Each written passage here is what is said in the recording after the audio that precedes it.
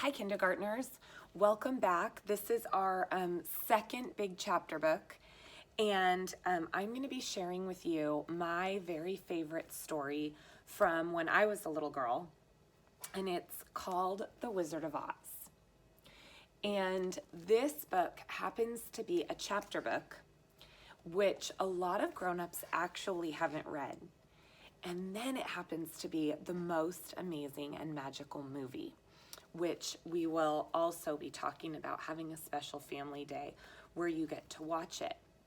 So I love this story because it is make-believe, it is fantasy, it is fiction, but it also has some of the most amazing characters in it that you will learn all about and you will learn to love. And it also has some of the most magical places in it. You've probably heard of some of them or seen things in your world that you didn't quite know came from the Wizard of Oz, but they did. When I was a little girl, I truly believed that the Wicked Witch was real. And I always wanted her beautiful ruby red slippers from the story, from the movie, The Wizard of Oz. I called San Francisco the Emerald City. So you are going to learn about all of these fantastic places. And I have quite the collection of Wizard of Oz things in the classroom and at my own house because it is my favorite. And you will see, we'll be talking about the book, which is right here, versus the movie, which is right here. So we're going to compare the entire time the things that are the same and the things that are different. Now, our story begins right here in our own United States. Now, I sent home with you this map. And this map, just like when we read My Father's Dragon, this is a map of all the events that take place in the book. Okay? But you'll see that right now, my map doesn't look anything like your map. And that's because our story begins in the United States, right where we live. And then the story transports us to the wonderful world of Oz. So you have the map on one side for the story. And on the other side, you have a lot of the characters and a lot of the special things that we're going to read about and see. This book is a lot longer than My Father's Dragon. It's going to take us a long time to get through. But usually, the longer the book, the better the story. So, without further ado, let's get started. You'll see that my book is falling apart. This book was given to me when I was a little girl by my mom and dad. And it stays on my bookshelf in my classroom, and I only take it out to read it to my very favorite people. Chapter 1 is called The Cyclone. I'm going to show you this picture right here as I read, okay? Dorothy lived in the midst of the great Kansas prairies with Uncle Henry, who was a farmer, and Aunt Em, who was the farmer's wife. Their house was small, for the lumber to build it had to be carried by wagon for many miles. There were 4 walls, a floor, and a roof, which made one room, and this room contained a rusty-looking cooking stove, a cupboard for the dishes, a table, 3 or 4 chairs, and the beds. Uncle Henry and Aunt Em had a big bed in one corner, and Dorothy a little bed in another corner. There was no cellar except a small hole dug in the ground called a cyclone cellar, where the family could go in case one of those great whirlwinds arose, mighty enough to crush any building in its path. It was reached by a trap door in the middle of the floor, from which a ladder led down into a small, dark hole. When Dorothy stood in the doorway and looked around, she could see nothing but the great gray prairie on every side. So this is where Dorothy lives. It's called Kansas, and Kansas is right here in our United States. We live here in California, all the way over here in this orange state. Kansas is right here in this orange state. And you can see how it's in the middle of the United States. And right here in the middle of the United States, they get something called cyclones. Cyclones are like tornadoes, and they're great tunnels of wind. And the cyclone will move through all this dry, gray land, and it will tear up trees and houses.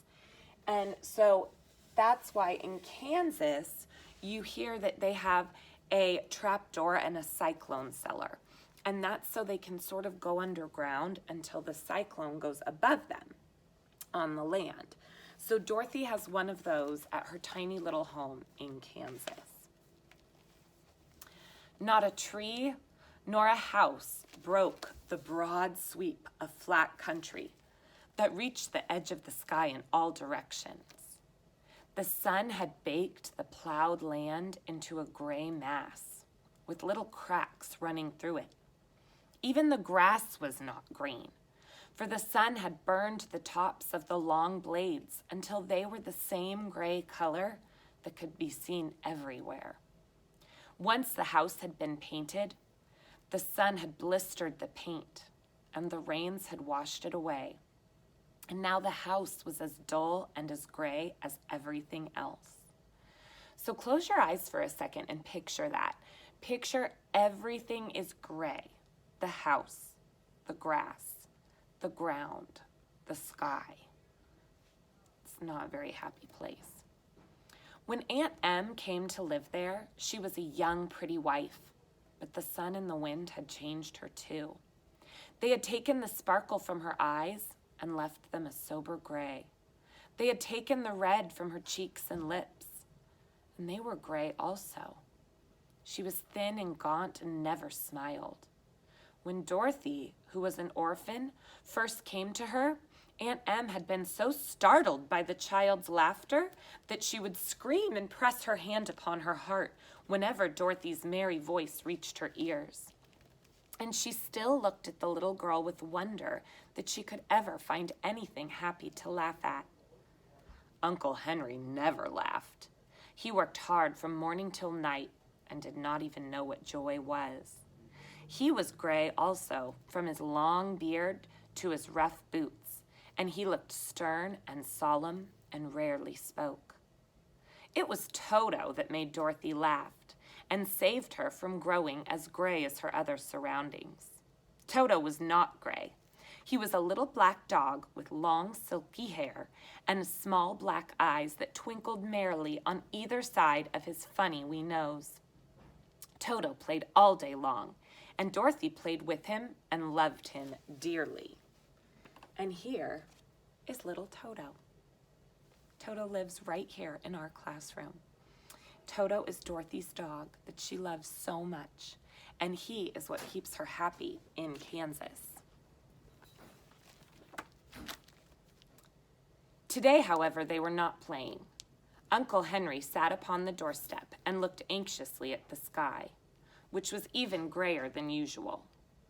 Dorothy stood in the doorway with Toto in her arms and looked at the sky too. Aunt Em was washing the dishes. From the far north, they heard a low wail of the wind, and Uncle Henry and Dorothy could see where the long grass bowed in waves before the coming storm. There now came a sharp whistling in the air from the south, and as they turned their eyes, they saw that ripples in the grass coming from that direction also. Suddenly, Uncle Henry stood up. "There's a cyclone coming, Em," he called to his wife. "I'll go look after the stock." Then he ran towards the sheds where the cows and the horses were kept. Aunt Em dropped her work and came to the door. One glance told her of the danger close at hand. "Quick, Dorothy!" she screamed. "Run for the cellar!" So this is a small painting. And you can see Dorothy's house right here in the middle of the Kansas prairie. And here's this giant cyclone that's coming, and it's right next to their house. So Uncle Henry's going to go deal with their farm and all the animals, and Auntie Em wants Dorothy to go quick to the cellar. Toto jumped out of Dorothy's arms and hid under the bed. And the girls started to get him. Aunt Em, badly frightened, threw open the trap door in the floor and climbed down to the ladder into the small dark hole. Dorothy caught Toto at last and started to follow her aunt. When she was halfway across the room, there came a great shriek from the wind, and the house shook so hard that she lost her footing and sat down upon the floor. Then a strange thing happened. The house whirled around 2 or 3 times and rose slowly up through the air. Dorothy felt as though she were going up in a balloon.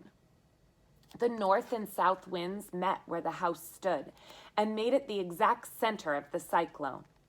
In the middle of the cyclone, the air is generally still, but the great pressure of the wind on every side of the house raised it up higher and higher until it was at the very top of the cyclone. And there it remained and was carried miles and miles away, as easily as you could carry a feather. Danny, can you please call the office? Danny, please call the office. Sorry about that. It was very dark, and the wind howled horribly around her. But Dorothy found she was riding quite easily. After the first few whirls around, and one other time when the house tipped badly, she felt as if she were being rocked gently, like a baby in the cradle. Toto did not like it. He ran about the room, now here, now there, barking loudly. But Dorothy sat quite still on the floor and waited to see what would happen. Once Toto got too near to the trap door and fell in, and at first the little girl thought she had lost him. But soon she saw one of his ears sticking up through the hole, for the strong pressure of the air was keeping him up so he couldn't fall.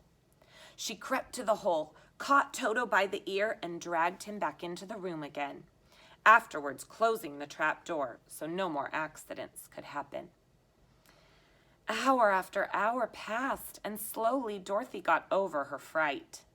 But she felt quite lonely, and the wind shrieked so loudly all about her that she nearly became deaf. At first she had wondered if she'd be dashed to pieces when the house fell. But as the hours passed and nothing terrible seemed to happen, she stopped worrying and resolved to wait calmly and see what the future would bring. At last, she crawled over to the swaying floor to her bed and lay down upon it, and Toto followed and lay down beside her. In spite of the swaying of the house and the wailing of the wind, Dorothy soon closed her eyes and fell fast asleep. So here's her house spinning up in the cyclone. There she is. And if you're wondering, so the whole house was pulled up. If you're wondering what a cyclone is like, we can actually make one with our finger. So here's the ground in Kansas. Put your hand out like this. And then here's the cyclone. And the cyclone twirls around in a circle really, really, really, really fast. And when it moved over Dorothy's house, it popped Dorothy's house up. And so Dorothy's house is up spinning in the air. It's moving through the air. And Dorothy is now sleeping in her bed with Toto next to her. So that's what's happening right now in the story. Now I wanted to show you something. Obviously, the story does not take place on this map. The story right now is taking place somewhere in the air over Kansas, where her house is.